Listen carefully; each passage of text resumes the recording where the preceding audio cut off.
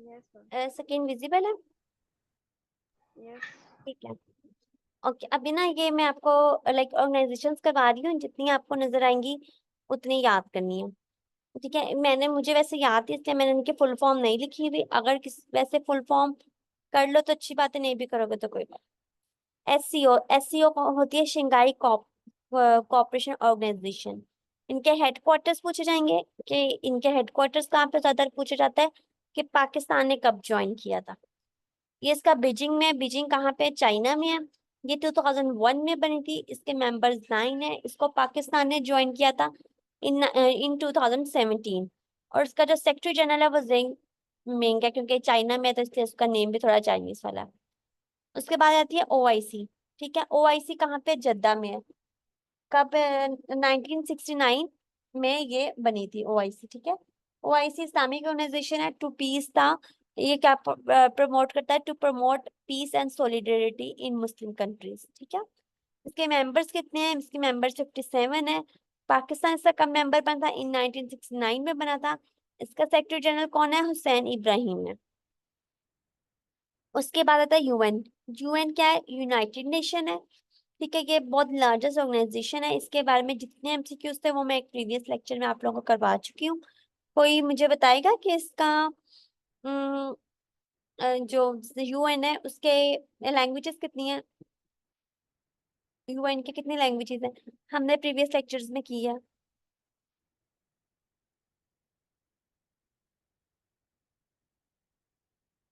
6, good.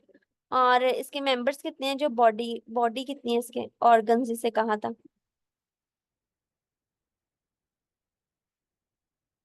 UN के organs कितने हैं,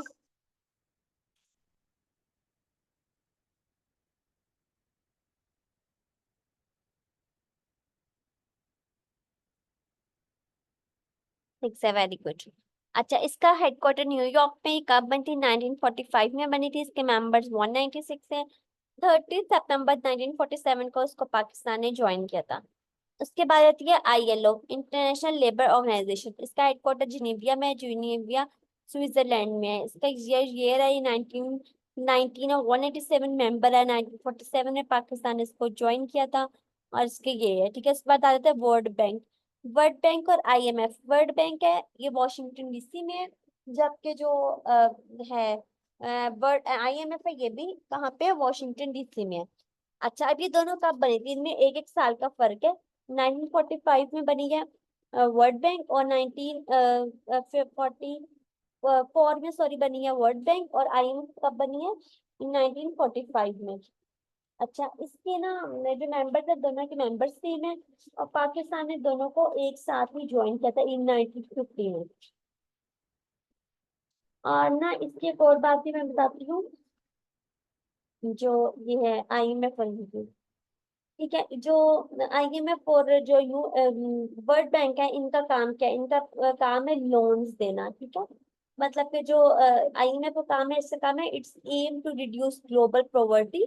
मतलब जो गुर्बत है उसको खत्म करना, इंटरनेशनल ट्रेड को इनकरेज करना, और स्टेबिलिटी मतलब जो फाइनेंशियल स्टेबिलिटी होती है उसको प्रमोट करना। अब जो आईएमएफ और वर्ल्ड बैंक का मेन डिफरेंस है, वैसे जनरल इंफॉर्मेशन के तौर पे बता रही हूँ कि जो आईएमएफ है वो शॉर्ट लोन्स देता है, और जो वर्ल्ड बैंक है वो ह्यूज लोन्स देता है। ठीक है, मतलब बड़े पैमाने पे वो देता है, लोन देता है।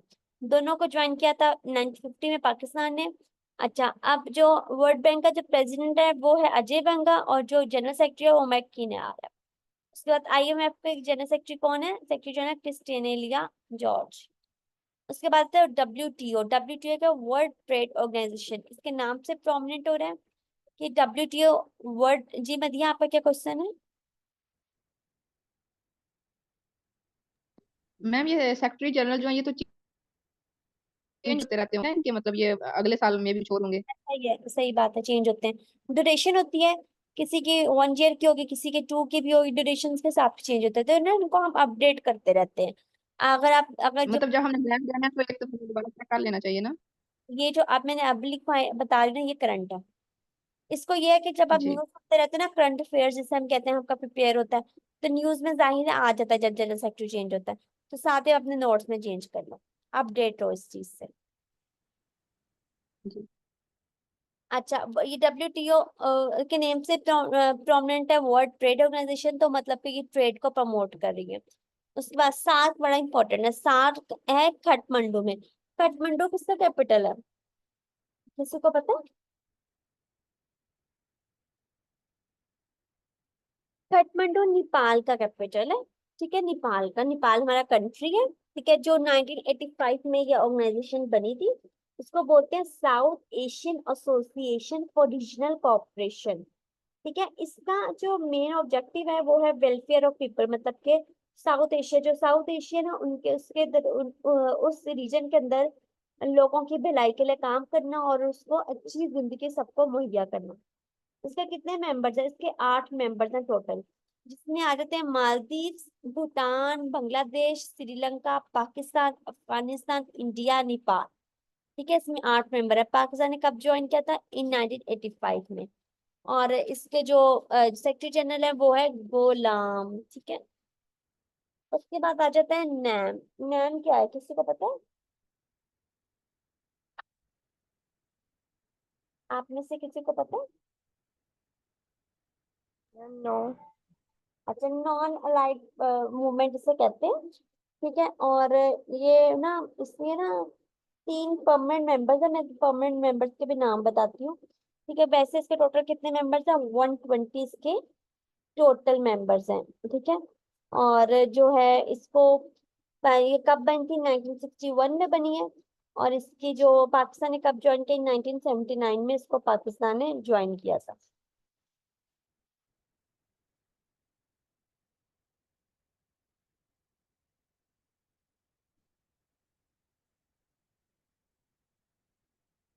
अच्छा, उसके बाद नेक्स्ट क्या है?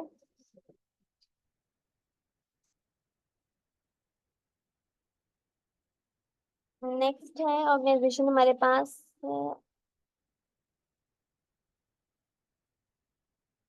हाँ, वो मैं एक मिनट को स्क्रीन शो हो जाती है। अब स्क्रीन होगी ना?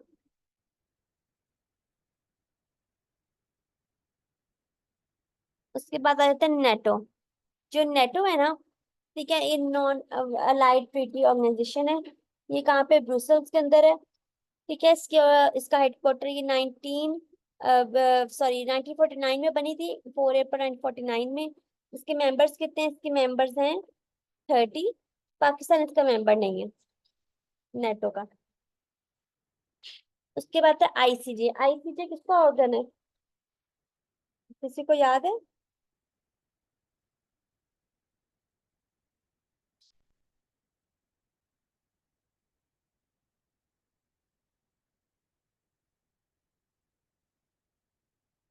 आईसीजे मैंने पढ़ाया हुआ है।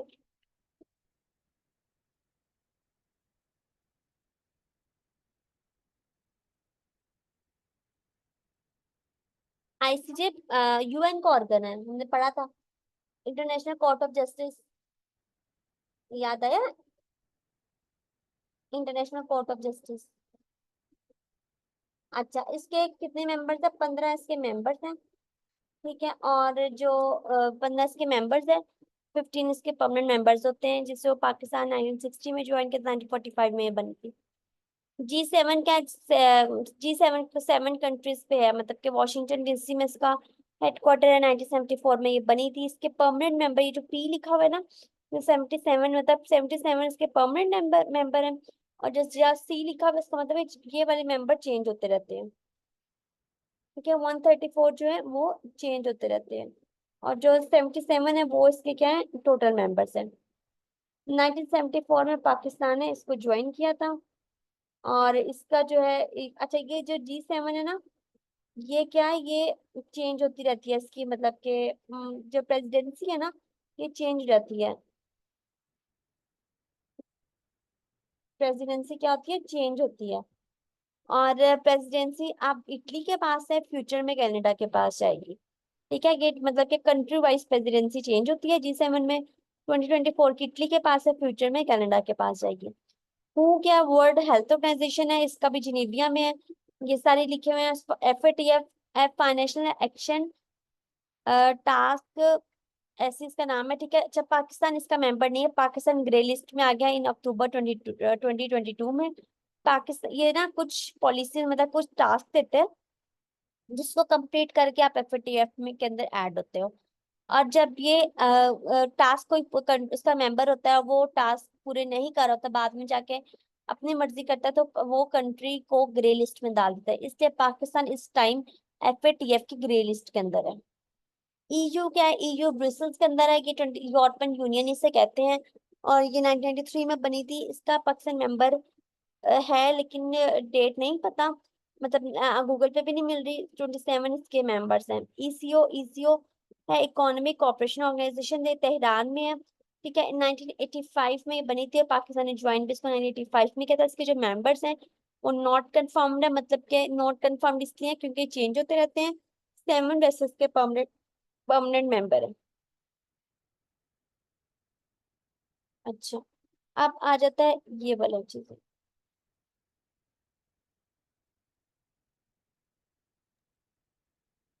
ये बलूचिस्तान का मैप आप लोग को नजर। मैम जी मैम ये सारी ऑर्गेनाइजेशन इंपॉर्टेंट है या अंदर नहीं, ये सारी इंपॉर्टेंट है। और कुछ इससे भी ज्यादा है? बहुत ज्यादा है। ये मतलब उनमें से सिलेक्टिव ऑर्गेनाइजेशंस मैंने करवाई हैं। और ये इनके फुल नेम भी पूछ सकते हैं? कब पाकिस्तान ज्वाइन कब किया था पाकिस्तान ने, ये पूछा जाएगा। उसका हेडक्वार्टर जो ज्यादा याद रखने की जरूरत है।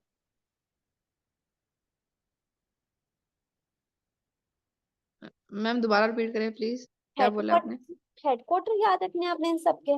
और पाकिस्तान ने कब ज्वाइन किया था।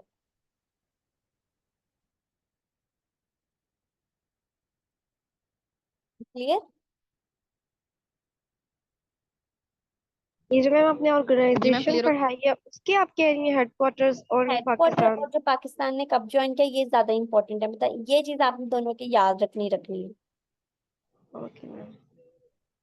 अगर किसी कोई और मतलब कंप्रेस करना चाहता है ना इसको याद करने में, मतलब जो चाहता है इससे भी मैं जरा स्मार्ट करूँ, उसका भी मैं निशान लगा देती हूँ।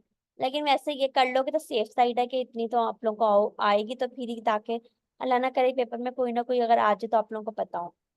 ऑर्गेनाइजेशन ऑर्गेनाइजेशन तो इससे भी ज्यादा है, लेकिन ये मैंने आप लोगों को जरा इंपॉर्टेंट वाली कराई है। मैम इनके इनके फुल नेम भी करने हैं, मतलब ये एब्रीविएशन किस चीज की है? नहीं नहीं, एब्रीविएशन करने की जरूरत नहीं है। मैं आपको बताती हूँ कैसे आती है पेपर में, ठीक है। अभी आप लोग को बताती हूँ, ठीक है। मैं इसका एक सैंपल पेपर दिखाती हूँ, आपको आइडिया हो जाएगा।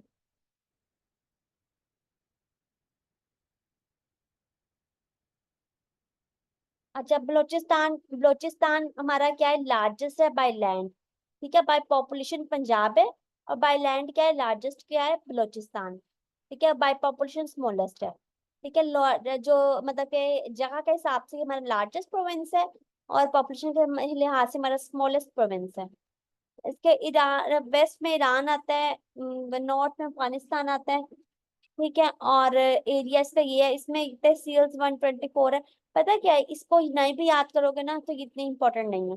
कि मैंने पता है क्यों लिखवाई है आप लोग के ना, जो आएगी ना आप लोग का इंटरव्यू होगा उसमें बड़े काम आएगी ये चीज, ठीक है। अगर आप लोग इसको रिटर्न पेपर के लिए छोड़ना चाहते हो ना तो कोई बात नहीं, छोड़ लो। लेकिन आप लोग इसके वो जो है इंटरव्यू उसमें मिनिमाइज नहीं कर सकते। एक्सक्यूज मी मैम, मैम इसे लर्न कैसे करेंगे? मतलब ये मैप है, इसको लर्न कैसे ये मैप करेंगे? की साइड की चीजें लिखी हुई है ना, कि जो है बाय लैंड लार्जेस्ट है, बाय पॉपुलेशन स्मॉलेस्ट है। वेस्ट में ईरान है, नॉर्थ में अफगानिस्तान है। ये जो ये लिखी है ना, इसका लिटरेसी रेट 54% है। और टोटल डिस्ट्रिक्ट है बलोचिस्तान में 35। डिविजन कितनी है, 8 डिविजन है, ठीक है। तो ना ये वाली इंपॉर्टेंट है, ये जो साइड पे लिखी हुई है।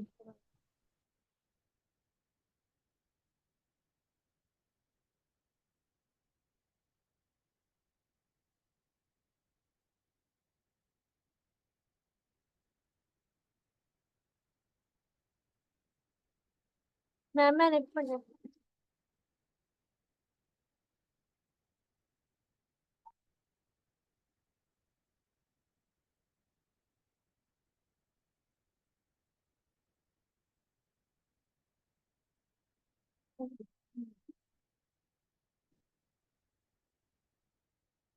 उसके बाद ये वाला पंजाब से, पंजाब बाय लैंड सेकंड पे आता है और बाय पॉपुलेशन फर्स्ट पे आता है। ठीक है, इसकी जो एरिया है इसका जो किलोमीटर है ना, स्क्वायर किलोमीटर, ये आ गया स्क्वायर किलोमीटर पे। जो आप कहते हैं ना वधिया के किसी में स्क्वायर किलोमीटर पे, किसी में किलोमीटर है, किस पे मीटर है। ये देखो जो रकबा होता है ना, एरिया होता है, वो स्क्वायर किलोमीटर का आता है। डिवीजन 10 डिवीजन है, डिस्ट्रिक्ट 140 है, तहसील कितनी है 148 है। ठीक है, लिटरेसी रेट क्या 66.3 है। तो सारी इसकी लिखी हुई है। ये मैप वैसे आप लोग रख लो, आप लोग के पास आए जब इंटरव्यू होगा तो उसमें काम आ जाएगा। नहीं भी करोगे तो कोई बात, ये वैसे मैंने ऐड कर दिया है ताकि ये इंटरव्यू टाइम आप लोगों के काम। अच्छा उसके बाद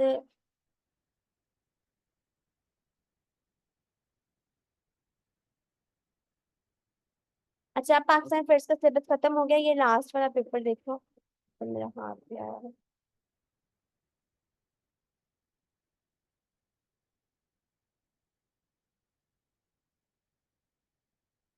ये मैं इसको सही करती हूँ।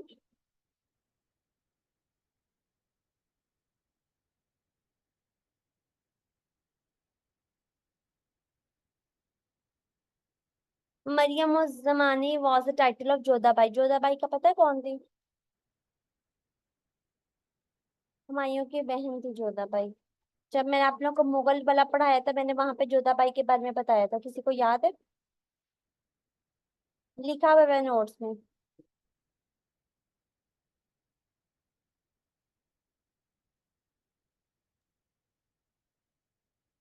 अकबर। मैम अकबर, अकबर की एक वाइफ का नाम भी हाँ जोधा जी, नहीं था? अकबर की वाइफ जी, वाइफ कह रही हूँ, जोधाबाई अकबर की वाइफ का नाम था।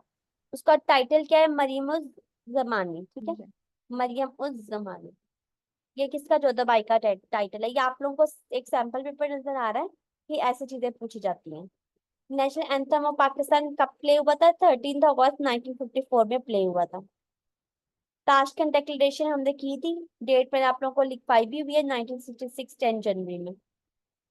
ठीक है, और देखो ये जो award was the only Indian highest award of Pakistan as a civilian. अच्छा ये मैं आप लोगों को कभी अवार्ड्स नहीं करवाए। कल मैंने मदिया, आप क्लास में नहीं थी, कल मैंने इनको बताया था कि दो तरह के अवार्ड्स मिलते हैं। हाईएस्ट अवार्ड जिसको बोलते हैं, एक सिविलियंस को मिलता है, एक मिलिट्री वालों को मिलता है। सिविलियंस हम लोग हैं जो जिनका बैकग्राउंड जो आर्मी के साथ लिंक नहीं करते। ठीक है, वो है। और जो उनका उनको अवार्ड मिलते हैं जिसको बोलते हैं निशाने पाकिस्तान, और जो आर्मी मिलिट्री वालों को मिलता है वो होता है निशाने हैदर। मैंने कहा था मैं अवार्ड्स बताऊंगी किस किस को मिले मैं अभी तक अवार्ड्स, जब वो ये मैं बताने था तब भी आप लोग क्लियर हो जाना था। ठीक है, फॉर्मर पीएम ऑफ मीडिया मतलब कि इंडिया के पुराने पीएम थे। ठीक है, ये was the only Indian leader जिनको सिविलियंस का जो हाईएस्ट अवार्ड है वो मिला था, उसका नाम था मोरारजी। अच्छा, the largest lake of Pakistan क्या है? मंचर लेक, ये भी मैंने करवाई हुई है। और वो इज द करंट, करंट जब हम लोग, मैं आप लोग करंट अफेयर्स पढ़ाऊंगी उसमें हम सारा करंट वाला कर लेंगे। फिर आ जाता है, ये सारे करंट है। करंट मैंने भी आप लोगों को बताया नहीं है, इसलिए करंट आप लोगों को नहीं पता होगा। और उसके बाद ये वैसे एक सैंपल पेपर है कि ऐसे पेपर आता है।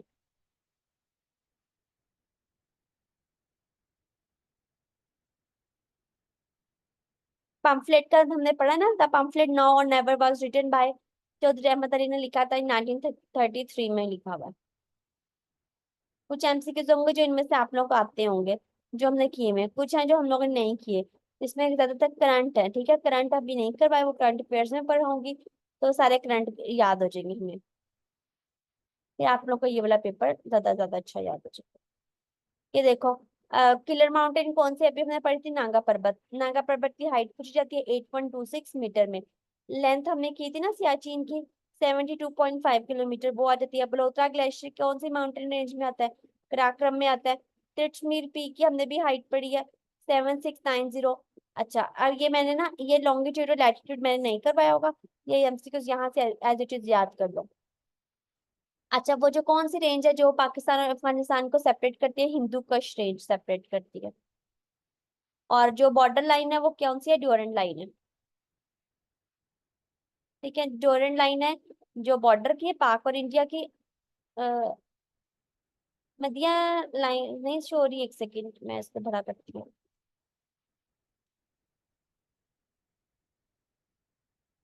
आप शो हुई है?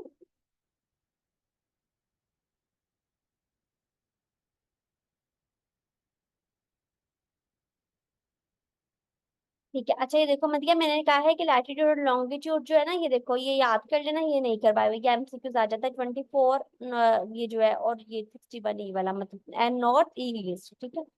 अच्छा, रेंजेस हमने किया, पाकिस्तान और अफगानिस्तान को सेपरेट कौन से करती है रेंज? हिंदू कश रेंज करती है। और जो बॉर्डर लाइन थी कौन सी थी? ड्यूरन लाइन थी। तो इसमें की पीक की हाई लेंथ भी हमने किया है, सारे हमने एमसीक्यूज किए हैं।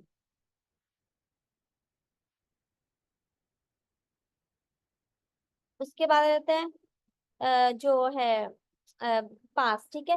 चित्राल और गिलगित का पास हमने किया, कौन सा है जो चित्राल और गिलगित को करता है?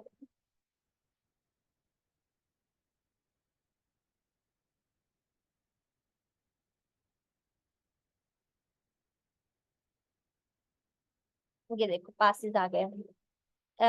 चित्राल और गिलगित को कौन सा करता है? संदूर पास। पेशावर और चित्राल को मलाकंड पास। मंचरले कहाँ पे? डारो डिस्ट्रिक्ट में। ये सारे एमसीक्यूज मैंने आप लोगों को करवाए हैं। ये इसलिए मैंने दिए हैं ताकि आप लोगों को थोड़ा क्लियर हो कि एमसीक्यूज पेपर में किस तरह से आते हैं। ये सारे एमसीक्यूज हमने पढ़े हैं। अभी सतपारा लेक अभी किया है, लार्जेस्ट लेक भी किया है। सैफर मलूक लेक अभी मैंने बताई कहाँ पे थी, कागान में है। पंजाब कलर का हर लेक चकवाल में। ठीक है। ये सारी जो है, ये सारे आप लोग का एमसीक्यूज वही है जो किए हैं हमने। ये एक तरह से आप लोगों के लिए सैंपल पेपर है।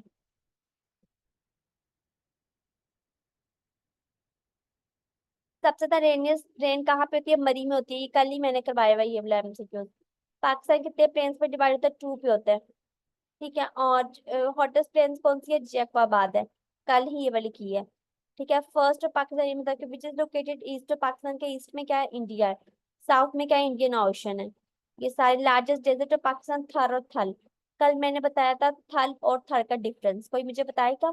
यदि आप तो क्लास में नहीं थे, तंजीला बुशरा, आप में से कोई बताएगा थल और थर का डिफरेंस?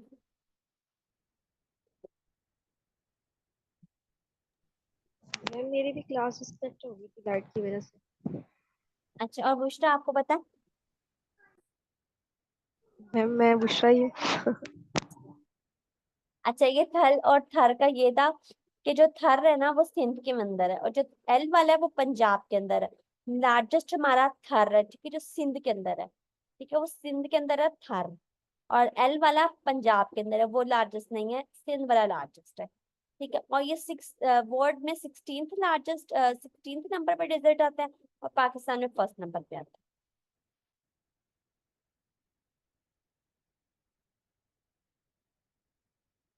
के बाद ये बड़ा देखो, ये भी वही है, हिंदू कश में कौन सी रेंज में हाईएस्ट पीक है?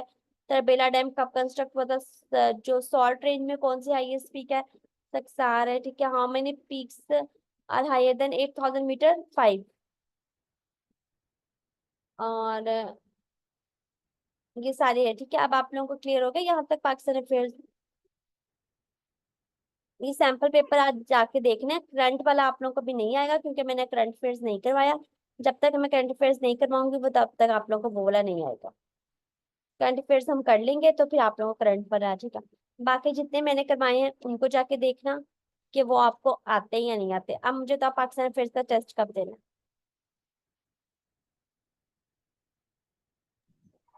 मैम मेरा जो इनकम्प्लीट रह गया था ड्यूरिंग मैं बीमार थी तो मैं नहीं कर सकी। तो मैं